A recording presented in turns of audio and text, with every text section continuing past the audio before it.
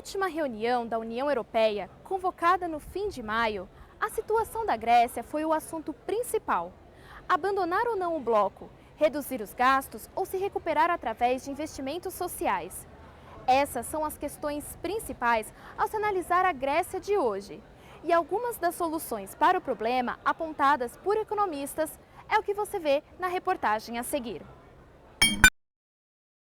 A Praça Sintagma foi tomada pelo grito de jovens desempregados, idosos que podem ter suas aposentadorias reduzidas, homens e mulheres reféns da incerteza. Assim está a Grécia, que acumula uma dívida maior do que seus recursos, o desemprego chega aos 22% e a economia não cresce. A Grécia acabou se endividando além da sua conta em função dessa situação de falta de competitividade e tomou muitos empréstimos a juros absurdamente elevados, que seriam impossíveis de serem pagos, e chegou nessa situação de crise, né?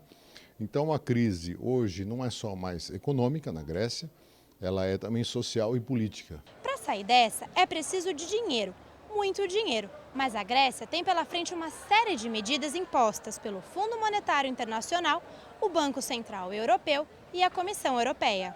As medidas que foram impostas à Grécia são de uma atrocidade feroz para esses países, porque para cumprir esses acordos, eles têm que cortar gastos, como por exemplo de aposentadorias, gastos sociais, o que inviabiliza na prática a situação da vida das pessoas e pior, não resolve a situação econômica. A única saída que se apresenta para a Grécia é, por um lado, ou se manter na Comunidade Europeia, na zona do euro, renegociando essas condições com maior flexibilidade, ou sair da zona do euro, o que na prática seria renunciar ao euro e voltar a adotar a sua moeda própria. The formation of the euro was essentially a sort of German project.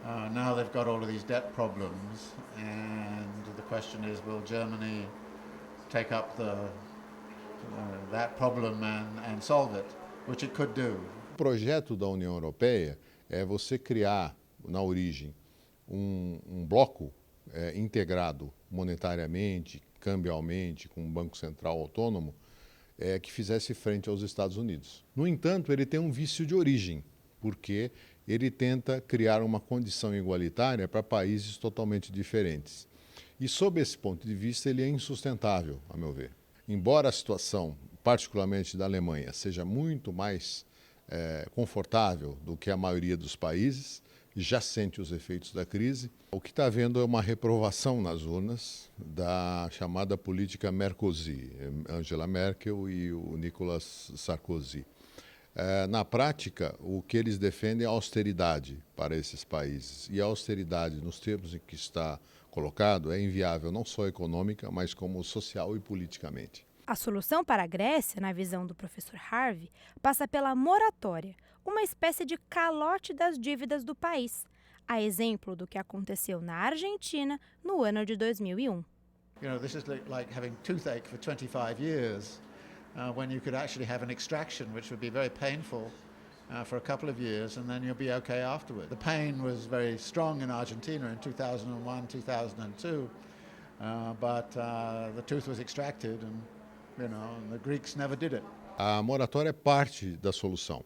Eu vejo que a moratória por si não resolve a crise, pelo contrário, até agrava a crise, porque o país provavelmente vai ter dificuldades em se financiar, seja no mercado privado, seja junto aos órgãos multilaterais ou no caso, se permanecer na zona do euro, do próprio Banco Central Europeu, os fundos europeus. Então, é importante que uma eventual moratória seja combinada com uma decisão. Primeiro, ficar ou não na zona do euro. E segundo, a reconstrução de um processo. O caminho natural é viabilizar primeiro o crescimento, porque o crescimento da economia gera mais emprego, gera mais atividade, mais renda, e a partir da recuperação do emprego, da renda, do faturamento das empresas, o Estado pode voltar a arrecadar e, com isso, ajustar as suas contas pelo lado da arrecadação e não de corte de gastos, porque isso é insustentável.